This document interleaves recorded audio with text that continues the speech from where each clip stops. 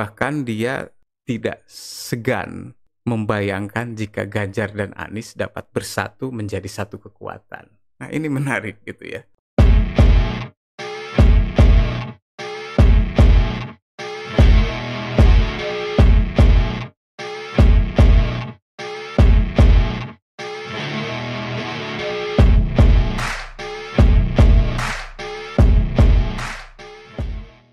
Selamat berjumpa kembali teman-teman, salam hangat, Rahayu Bagja Waluya. Tempo lalu sempat muncul ya wacana untuk menduetkan Prabowo dengan Anies Baswedan. Walaupun isu itu tidak populer gitu, tapi sempat muncul di tengah-tengah kebuntuan masing-masing bakal calon presiden yang menguat berdasarkan hasil survei mengalami kebuntuan ketika mereka mencari calon wakil presiden begitu. Nah, muncul Prabowo dan Anies. Itu sempat juga disambut dengan berbagai komentar ya. Termasuk salah satunya responnya juga positif gitu. Nah, sekarang baru-baru ini muncul juga wacana untuk menduetkan Ganjar dengan Anies. Ini menarik ya gitu. Jadi bisa ada angin segar lah gitu ya setelah beberapa waktu mengalami kebuntuan gitu. Dan ketika isu ini bergulir, berbagai kalangan menyambut dengan positif ya. Di antaranya dari Partai Nasional Demokrat, ketua DPP-nya itu mengapresiasi begitu ya.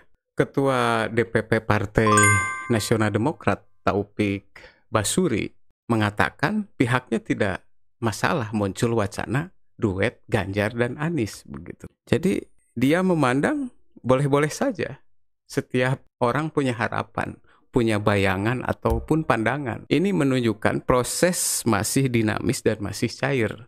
Yang penting bagaimana Pilpres 2024 mendatang bisa berjalan aman tanpa adanya pertentangan begitu. Menurut dia selama ini komunikasi politik lintas partai berjalan dengan baik, tidak ada yang menjatuhkan satu sama lain gitu. Pandangan itu senada dengan sekretaris fraksi Partai Nasional Demokrat DPR RI, Saan Mustafa. Saan memandang tidak menutup peluang untuk memasangkan Ganjar dan Anies di panggung Pilpres 2024. Menurutnya, dinamika politik terkini masih cair dan dinamis. Pandangan itu merespon pernyataan Ketua PDIP Said Abdullah yang menyebut duet Ganjar dan Anies Baswedan sebagai calon presiden dan calon wakil presiden Pilpres 2024 sangat ideal. Pilihan itu bisa saja sangat tepat mengingat Pilpres 2024 kemungkinan akan berlangsung 2 putaran jika ada 3 pasang capres-cawapres. Beberapa pengamat politik dan hasil survei yang menunjukkan kondisi itu. Yang lolos ke putaran kedua adalah Ganjar Pranowo dan Prabowo Subianto.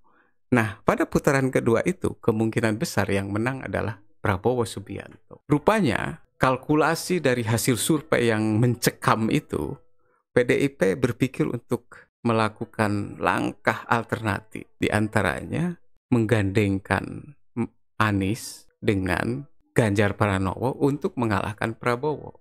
Nah, rupanya wacana yang bergulir itu juga disambut baik oleh Presiden Partai Keadilan Sejahtera PKS Ahmad Sayhu ya. Sayhu menanggapi soal wacana duet Ganjar Pranowo Anies Baswedan sebagai bakal calon presiden dan wakil presiden bisa saja terjadi begitu.